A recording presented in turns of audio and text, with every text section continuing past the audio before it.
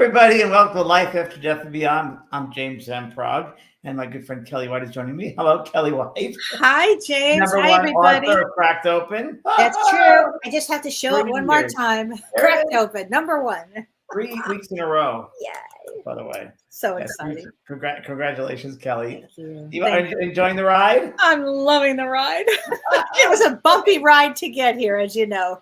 You deserve it. You deserve it. When someone reads, and everybody has said that book is a page turner. Yeah. They're all saying, when is it going to become a movie? Yeah, because I mean, it's incredible, the different situations and like dramatic events, I guess you would say. Yeah. Yeah. Thank you. Well, tonight we have a very special show. We have John Thomas, and John wrote a book called Channel Messages of Hope. There we go. Yep. Yeah. And a friend of mine, actually, who was, she's my first agent's daughter, recommended that we have John on the show. She published the book for him. So Channel Messages of Hope with John Thomas. And it's really interesting at channeling all different figures of science and history. I should say history. And Kelly, you have his bio, right? I have his bio. So, and unfortunately, his wife couldn't be here tonight, but we have John with us. And John is a classic Silicon Valley tech guy. After receiving his chemical engineering degree, John worked for many years in various technical fields, including software, semiconductors, and advanced battery technologies. Wow. Along the way, he was able to see the environmental impact of these technologies, and he developed a deep appreciation for those companies that were serious about creating sustainable practices and protecting the environment. In the book, Channeled Messages of Hope, John led the more technical interviews and participated with Carolyn, his wife, and most others. John is currently the CEO of a startup developing highly sustainable technology in the food and agriculture industries. So welcome, John. John Thomas. Hey, John. Thank you, James. Hi, John. Welcome aboard. It's really a pleasure to be here. Thank you. I know we're you so have glad such you're a here. tech background. I realize that. He has such a tech background. Yeah, thank you. And Carolyn couldn't be here tonight. Carolyn is recovering from a particular thing that makes it very difficult for her to speak to any length of time. But while she is the principal author, it is her inspiration. I worked with her extremely closely on all aspects of it. And I appreciate the fact that you'll deal with me on this interview today. Oh, absolutely. John, how did this book come about?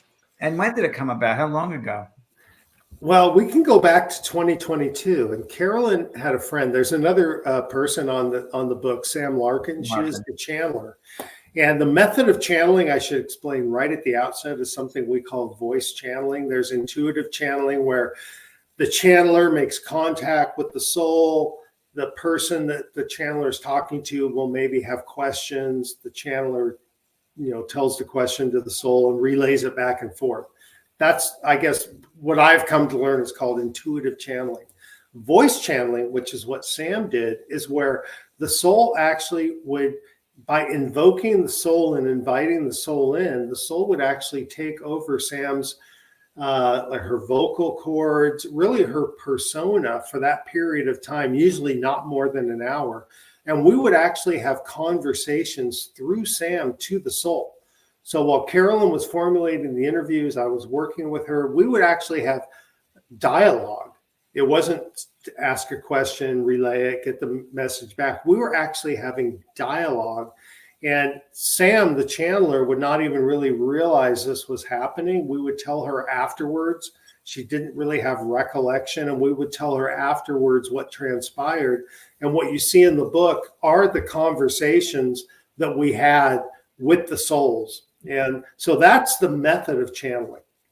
Channel messages. She's a trans channel. She's a trans medium, basically. The deep trans medium. That's probably, in a sense, probably the best way to describe it. The short story of how this came about is that Carolyn knew Sam. She got to know Sam sometime back, well over a decade back. And Sam had intuitive skills. She is not a professional in this industry. She doesn't do sessions for people, but she realized early on that she had the ability to communicate with animals. She could sense when animals were in distress and things like that. And she eventually would help people that she knew.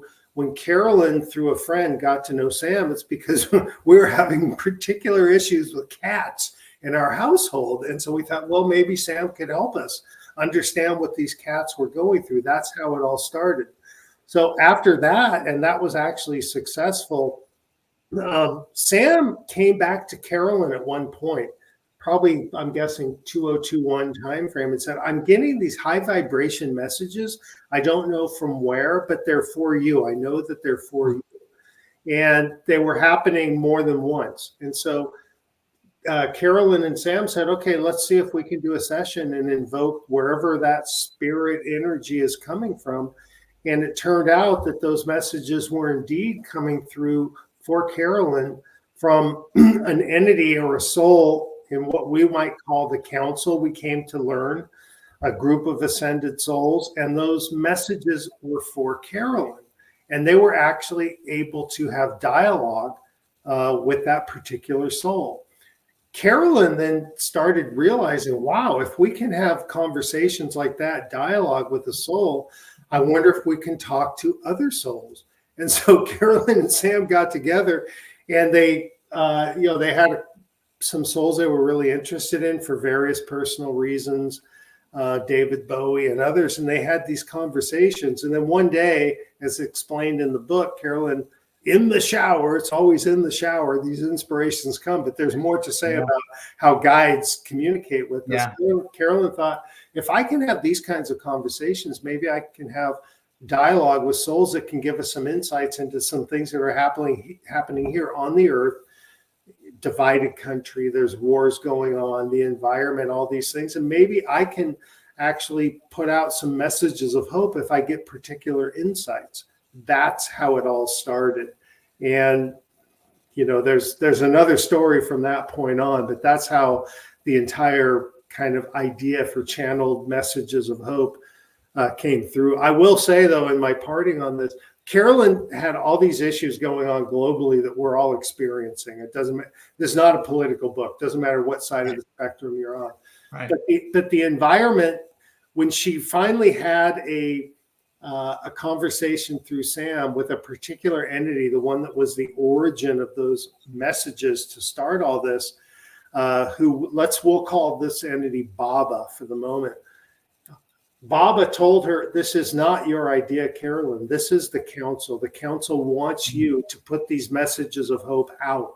We realize at the council level, the ascended masters, these are not masters that are coming back into another lifetime as we understand it. And we only understand what we can understand in this lifetime here.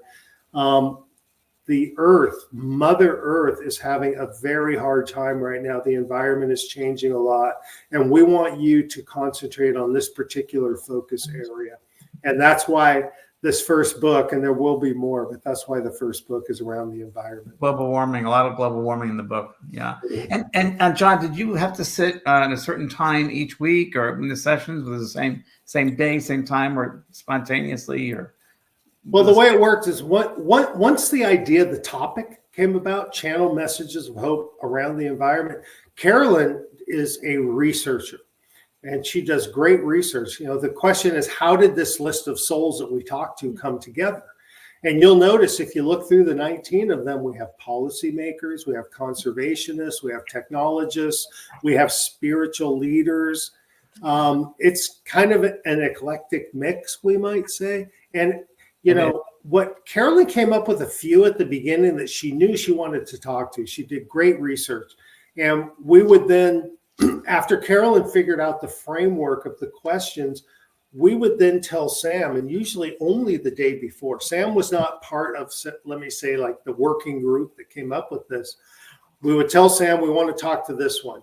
Here's the picture of maybe G.W. Bush or Nikola Tesla or whoever it might be.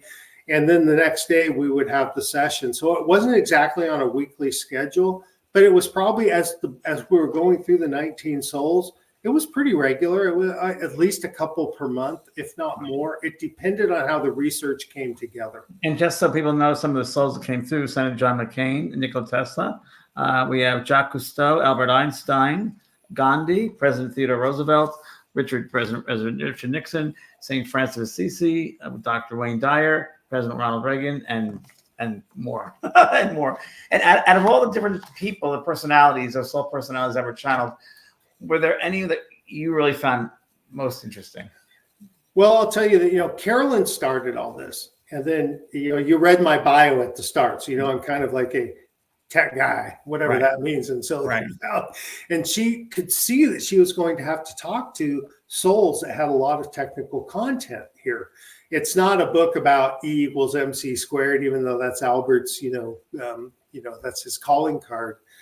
And so I ended up sitting in on many of these interviews. But, the way that we would go through this is there might be a technologist, there might be a policymaker, there might be a spiritual leader that we wanted to talk to put together really the whole perspective of what's really going on here for people that are concerned with the environment. And by the way, the people I think that would be interested in a book like this are spiritually open, spiritually curious, and concerned about the environment. Where is it going? What am I leaving for my children? And it's not just about what technology is coming. It's about what would policymakers do with our situation today? What would technologists do with our situation today? What would the spiritual leaders have to say about our situation today?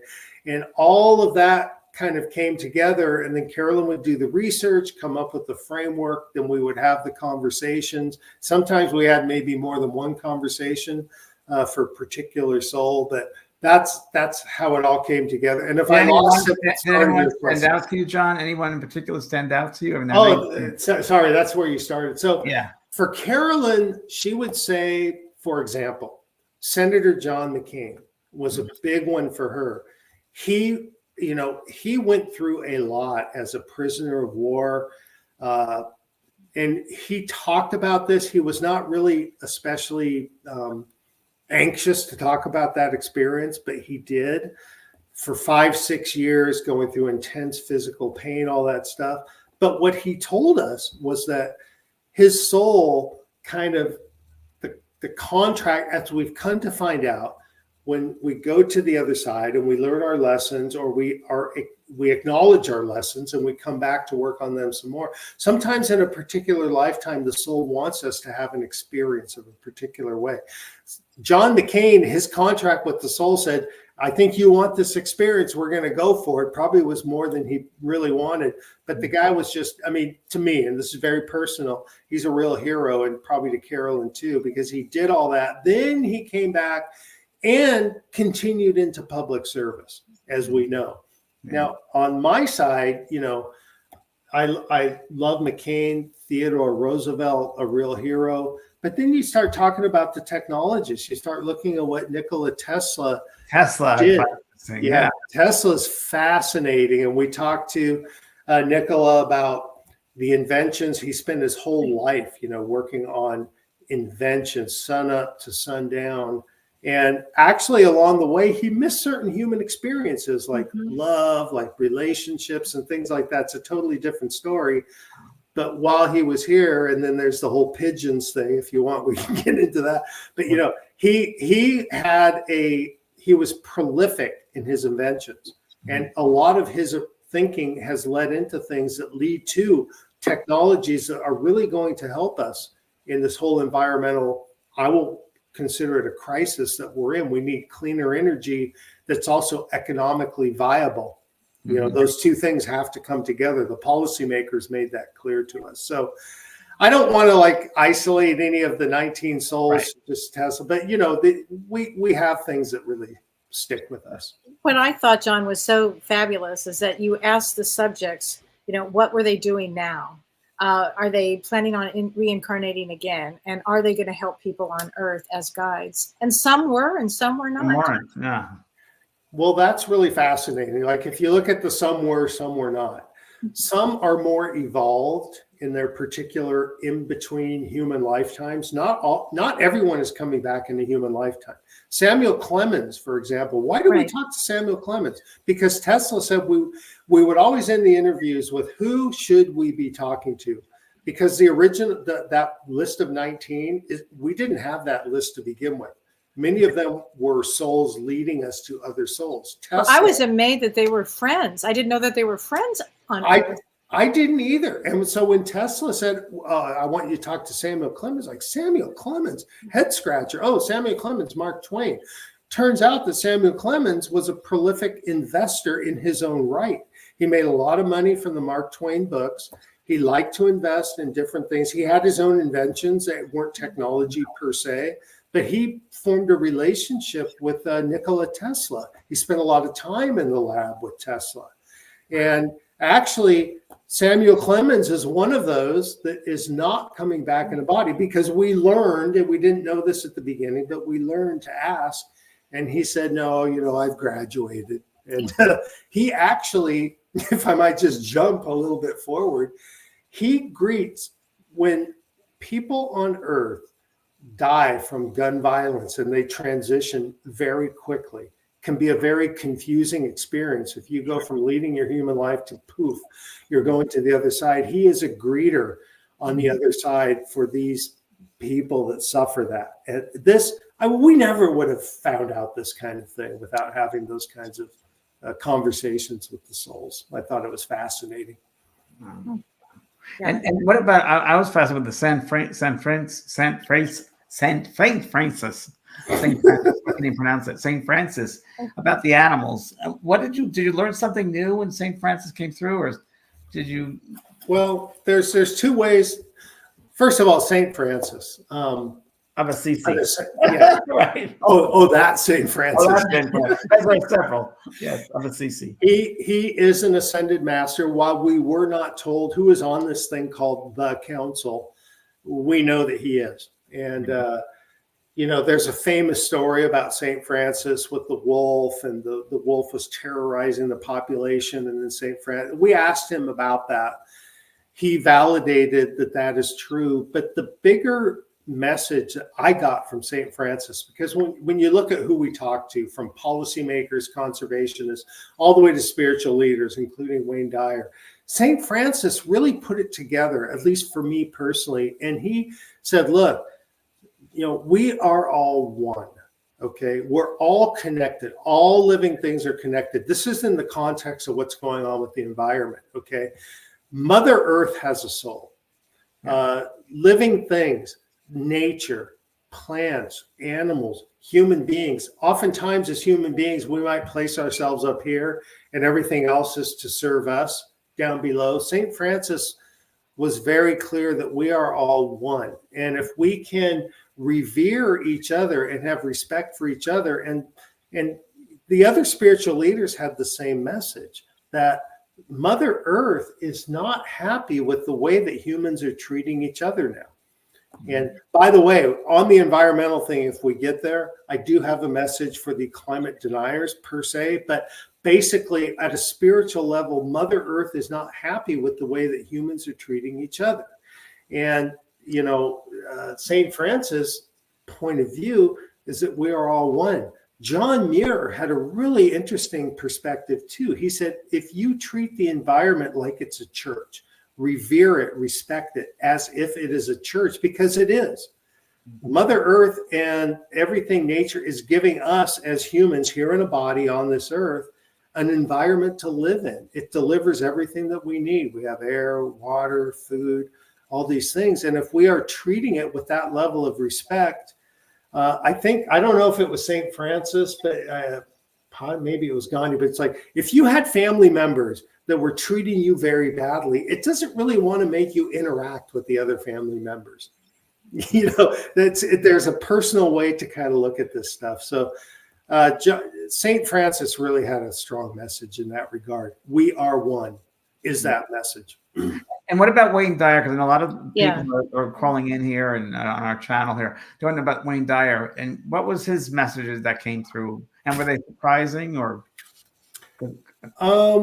curious? Because I brought Wayne. Yeah, I will give you some very specific Wayne Dyer. Okay. Actually, because there's a couple things that I've noted. So here's what Wayne Dyer said. We asked him, what is the spiritual lesson with climate change? Again, I have a message for deniers about climate change, but let's just assume there's climate change. Dyer says it's a collective guilt for the abuse of Mother Earth, which means common man expects punishment. This is a really interesting way to look about it. And the lesson is to come together as a race to learn from mistakes and not view life as a win the competition. These were specific messages from Wayne Dyer. The other one that you might find interesting is that Earth feels angry, but this is a reflection of man today. So what can we do? We can go inward. We can meditate on what man can do, go inward and visualize love. And by the way, this is really interesting. St. Francis told us that Wayne Dyer, who was a teacher, and by the way, when Wayne Dyer transitioned, when he came to the other side and he kind of came into his consciousness there, he said it looked just like Maui, because to him, Maui, which is where he lived, was heaven on earth. Yeah. And we got a lot of interesting things from different souls about what it's like when they transition. I loved with Wayne when he went to have a visit with his father, who he had a lot of struggle with. That was really interesting to read. Well, Wayne was a foster child in a sense, right? The father deserted. And Carolyn is actually in her next book. There will be a series of books on this kind of messages of hope concept. Wayne Dyer is kind of essential about what is the power of forgiveness. Mm-hmm. To forgive what happened to Wayne from his childhood. And for those that have read his books, and many on this show, James and Kat, have read, his books, we know that he dealt with a lot. I knew Wayne very well, actually. Yeah. Oh, okay. Yeah. Oh, I'm sure. So, the message Wayne really left us with is that everything we need is already here. Just appreciate it. Mm-hmm. That's right. Wow. And what about Einstein? I found that fascinating too. Einstein, being a highly technical guy that he is, he had several things going. First of all, on the environment, when we look at the market here, like, okay, there's people that are like, I'm having children now. What kind of, I'm seeing the polar ice caps melting. What am I going to leave them in this earth? Well, the message coming through, one of the things that Einstein told us, and he was the guy that really was behind a lot of nuclear technology, is that nuclear fission is what we know today. So nuclear reactors, such as that generate nuclear waste and things that terrify people, is what today's technology is. Nuclear fusion is very clean nuclear energy, no radioactive waste, completely clean. So one of his technical messages was, hey, this is being worked on. And we see various news articles here and there, probably in 20, 30 years. And we got this same kind of time frame from others. This technology will start to come about. And when we do, it'll be a clean energy source that can really change the game. So that's from a noted technologist. And as a guide to people on Earth, people in a body, he's working both on the other side with technologists and with people on Earth as a guide to give them inspirations, either through their dreams, through their aha moments, through their moments of invention. This is the way that the souls interact with us in a body. But a very interesting thing with Einstein is when we got, when we were at the tail end of the interview and we said, hey, who should we talk to? And he said, I want you to talk to Mileva Einstein. His wife, actually, they were married on Earth, but they divorced, but they had a son, Edward. Edward had schizophrenia. Okay. I didn't know that. Well, yeah. So Mileva Einstein was very, her whole life was really devoted to taking care of Edward. But I think the thing that this is the interesting thing about why did Einstein want to talk to Mileva is that she was very instrumental in all of his technical developments. She was a key contributor. In today's day and age, she'd be a co-author on his patents, on his technical papers. But at the time, women were not respected, or they couldn't really be in that role as much as she contributed. So she had to take a backseat. And part of what we learned through this whole process of channel messages of hope is that when the souls go over and they go through a review process and they look at what lessons were they learning when they were in a body, and possibly what they may work on if they come back, those that do come back, most do, is that, giving the proper acknowledgement to the partner. I don't want to really speak for Albert exactly in this way, but he wanted to talk to Mileva to make sure that her contribution was brought to the surface. And here's the interesting thing. When we talked to Mileva, because would we have known to talk to Mileva? Of course, God no, we would not have known that. But when we brought her in and we talked to her and she explained her role working with Albert on this, she explained the challenges of taking care of Edward. And then we started to figure out that, hey, we're going to talk to these souls about whether they may be incarnated now. And she said, yes, I am a psychotherapist in India. Let's call me David. And I came back because I want to work with people with, mental challenges, mental health challenges. And so that's what she's doing in India, of all things. And so that was Albert working on his lesson through us. And I felt honored that he would do that. So that's an interesting point that Mileva said, that she's now reincarnated, but that soul part of her is still able to speak, communicate, which I try telling people all the time, because you can be in several places at once in your soul. And that's an important point to make, I think, that people understand. Now, here's the thing for both of you, James and Kelly. It's like, I can't claim to know anything. I'm just a guy in a body sitting down here in Silicon Valley, the tech guy.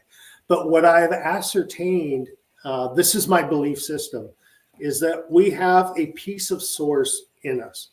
And there are millions of souls.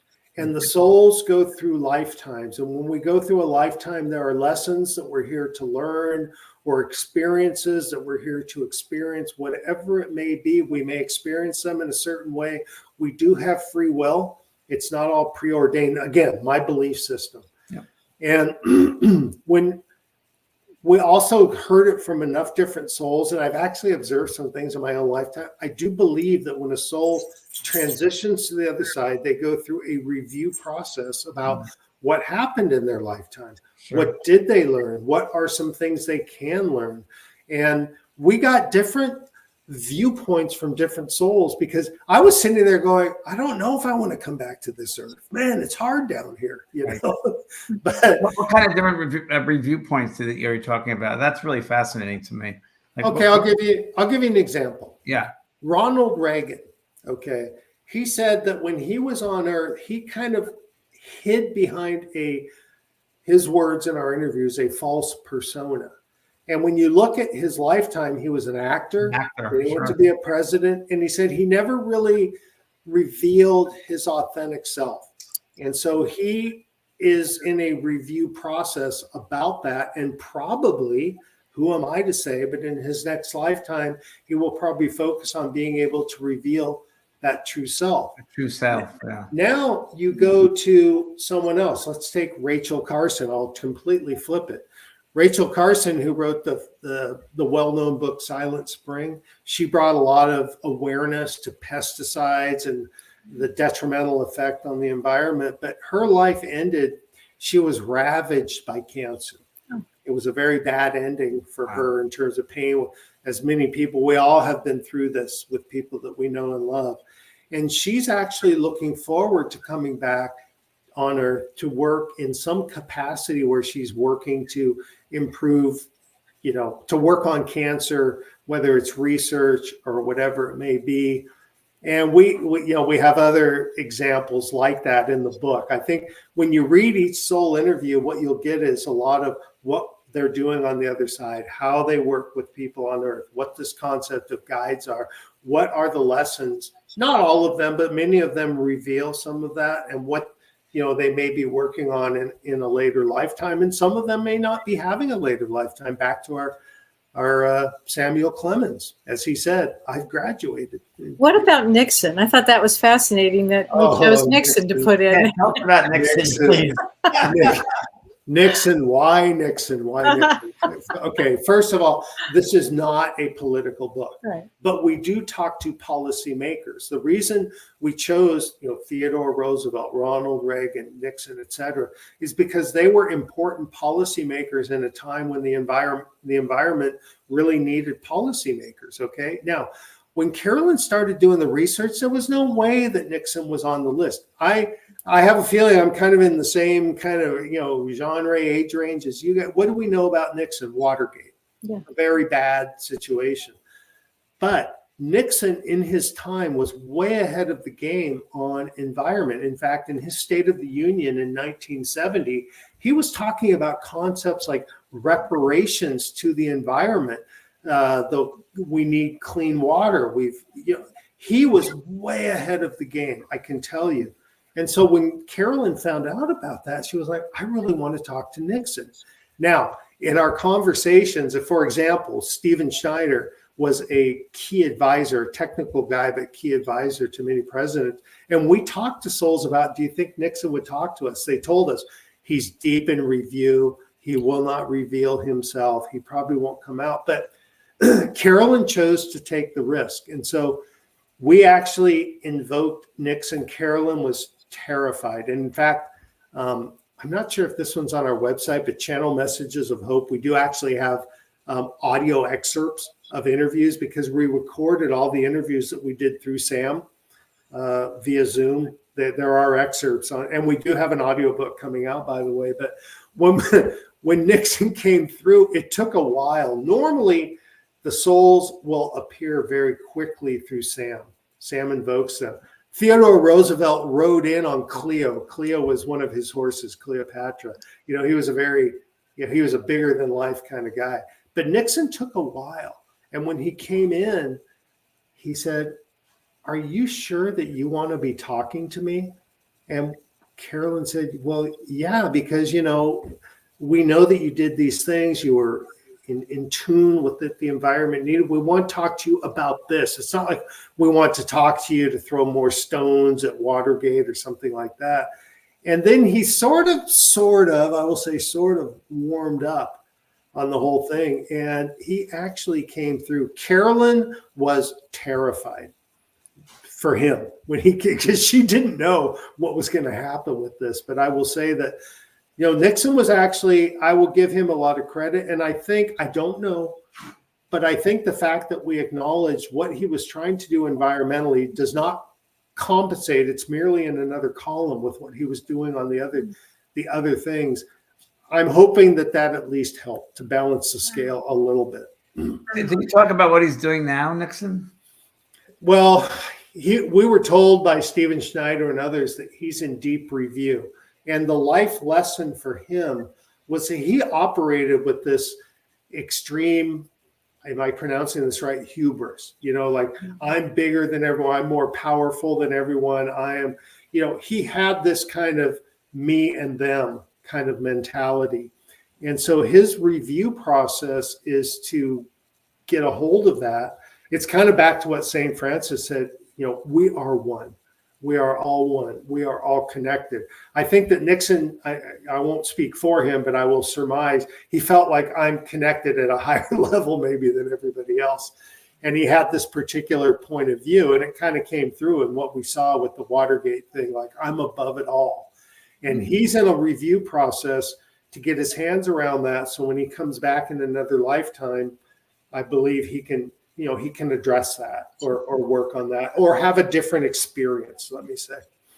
Yeah. And Abraham Lincoln never came through, huh? I saw that on your website. Actually, Lincoln may be in the next book. He's been discussed quite often, but he was not actually part of the 19 souls. I was surprised of all people. I thought Abe Lincoln would come right through with that. I'm curious, for another book, John, would you do another topic instead of environment? Would you choose something else? We definitely would. In fact, what Carolyn is considering right now is things like for example, when we talk to John McCain and you look at overcoming challenges to keep going with your experience, it's probably things like the power of forgiveness or, heroism in a very challenging environment. Look at people that are political activists.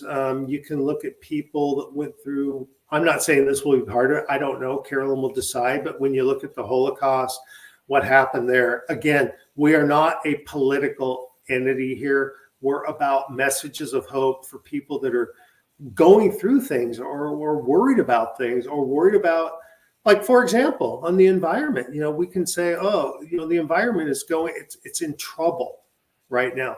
But what can we do? I have a little different perspective now on this, and it factors to the next book. It's like, I may have to come back in another lifetime. What am I coming back to? I better try to do what I can do now for the lifetime I'm in now to make it a little, I don't want to show up in my next lifetime and have to deal with all the trouble. Maybe I could have at least done my part as an individual to try to rectify. And it's the same thing with the next book, the power of forgiveness or overcoming life challenges, these kinds of things that collectively lead to a better experience. I think forgiveness is a great one. If I have my 2 cents on it, forgiveness is a good topic. I agree. But John, besides appreciation, what's the one thing that we can do right now that the council thinks that we can do to help planet Earth? There's a long list of things we can do individually, everything from small things like picking up litter. But here's the main thing. And St. Francis and the spiritual leaders really frame this. If we can treat everything that we're connected to, if we can revere it and respect it in a common way, back to the St. Francis, we are one, back to Wayne Dyer saying, the earth is kind of angry right now about the way man is treating man and it's being reflected. Back to John Muir saying, if you treated this environment as a church, if we could simply have common respect and kindness, compassion, empathy. I know these things are thrown around. It might sound a bit trite in the way that I say it, but this truly is the answer. Because when you look at the environment, what we can do individually, I'll give you an example. During the pandemic, we saw that when the earth slowed down, and Gandhi is a prime proponent of things are just too hectic. Can you people just slow down a little bit? We saw the air over Beijing clean up. Yeah. Why? Because, people stopped driving cars. Now, that's not always really practical, but moving toward cars that don't emit that kind of pollution is practical, and we're seeing it. So the kind of things we can do individually, because if you're worried about what am I leaving to my children, well, start teaching them a few basic things. Here's the analogy I've thought of. What if for the next 30 days, we said, we are not going to litter ourselves. We absolutely will not litter. And by the way, if we see a piece of litter on the ground, we'll pick it up. If everyone on this earth did that for 30 days, I guarantee you there would be a change, not just in litter on the ground, but a change in the collective thinking. So it's treating everyone with respect. The spiritual leaders would tell us that, but taking some personal responsibility, and don't take more than you need. Leave this earth a little bit better than how you found it. Very if true. Everyone did that, oh my God, I just know it would be a game changer. Wow. And regarding forgiveness, the next book, if that's the theme for the next book, are there any ideas about people you'd like to hear from about forgiveness? Any specific people? First of all, James, we're going to give you a full nickel's worth on this one, not just 2 cents, okay? And forgiveness. Well, John McCain is a classic example because he's in the book, but Alexei Navalny has gone through a lot. Carolyn has a list of souls that have had to deal with a lot. I mean, Wayne Dyer. I'm not trying to just regurgitate the stuff that we already have, but to frame it or give it context. That people that have practiced forgiveness, which is really releasing something within self to allow you then to go on and accomplish greater things. It'd be great to have a Holocaust person, a victim of the Holocaust, come through and talk about forgiveness. That'd be an interesting one. We do have a couple examples there. I don't know if they're household, names, but That's part of the challenge of the book here, is to give people messages of hope from those that maybe they have some inherent respect for, that really had to deal with some things that we might not have known that they had to deal with.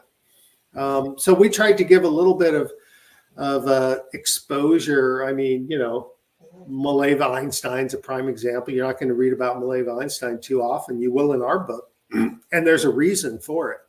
And Albert Einstein had a link there. So it's a little bit of a tricky formula, but we're trying to come through with it, and talking with people, Kelly, like you and James, it helps. It helps us. Wow. What kind of message did you want to leave for everybody? The main message I would leave is like, look, if you are spiritually open, you're spiritually curious, and you care about this environment, you may have despair about where the environment is going.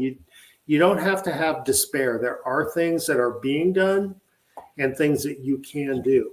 On the environment specifically, I will say one good message that came through is that, the younger generation is really getting it. Okay, they're really getting it. And so a lot of the technologies that are being worked on, not just nuclear fusion, but things like deacidification of the oceans. How about, let's replace plastics with things that are plant-based. There's so many technologies that are being worked on. I mean, look, I work in Silicon Valley. My company is funded by venture capital. The things that we're doing in my own company do have a sustainability aspect to them. We got to figure out a way to make money too, where these guys won't keep us going. But the younger generation, which I am not part of, but I see, is really grabbing hold of the fact that the environment is something that we have to work on. And if you might just indulge me for 30 seconds, one thing I do want to say about, there's many people that will say, well, there's not really climate change right now. It's just weather. It's just the way it goes. Well, here's what I would say.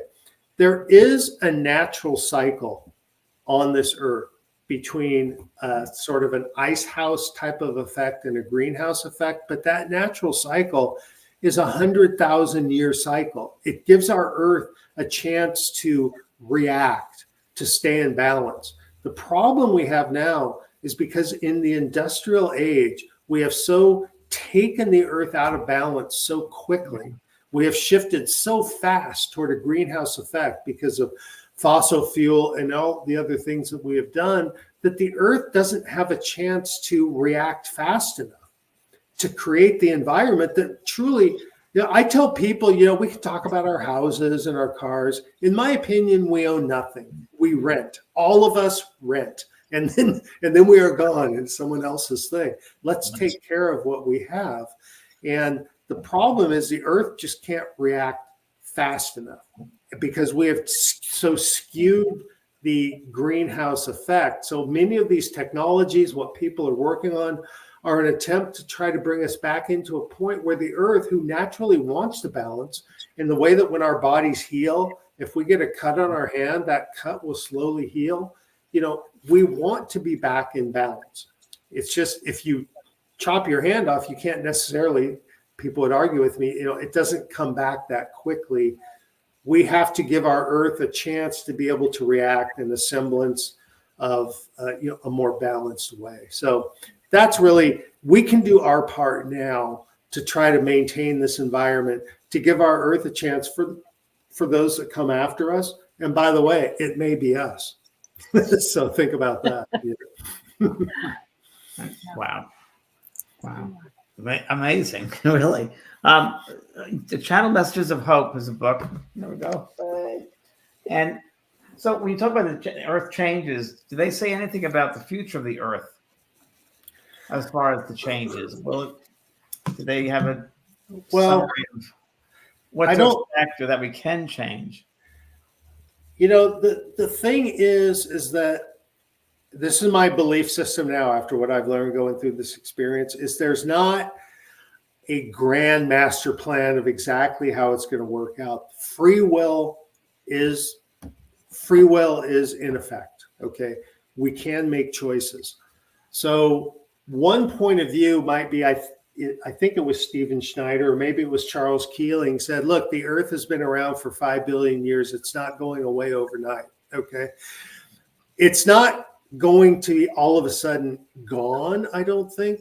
But the way that we as humans enjoy this environment, I mean, I think John Muir said it. It's like, look what's happening. I mean, because of the fact that we're out of balance in the greenhouse effect, we have, drought in the west and we have floods on the east. We're seeing more extremes of weather. I think what will happen is we will continue to see weather extremes, which will then compress where people really want to live. Actually, it's probably you're going to see an exodus, or you're going to see a migration per se of where people maybe want to live. It's going to affect the way that we do things globally. So we can mitigate that by probably, doing things that we have the power to do. But where it's going, is it going to be like a disaster in 1,000 years, in 100 years, in 50 years? I don't know. I kind of worry more about like what's going to happen between now and the end of the century. What about the people I'm connected to? People that have children now that I'm connected to. And again, let me just get back to, and if I come back to this earth, I want to make sure that I did some things, or at least I had enough acknowledgement while I was here to do a few things that I can do, try to leave it a little bit better than how I found it, so that I will be able to deal. And that's probably the best. It's not a great answer, James, but that's probably the best I can give you on that. Kelly, last words? Well, this is fascinating. I think that everybody should go out and get this book. They should read this book, because you'll find some gems in this book. I found so many great gems. I mean, I was just fascinated with Gandhi, by the way. I loved his little message for hope. I mean, these are great. This is really great, because it will also tell everybody, what are they doing on the other side, and can anybody use them as guides? That was really interesting to me. So that was interesting. Really fascinating. Thank you so much, John. Thank you, John, very much. Being here tonight. I really appreciate the chance, James and Kelly. Thank you very much. And there's a lot, again, spiritually open, spiritually curious, have some concerns about the environment. There's something for you here. Oh, yeah, for sure. Oh, yeah. All right. Thank you very much. Thanks, everybody. Thanks, everybody. Good to see you. Thanks, Thank Ryan. you. All right. Bye-bye.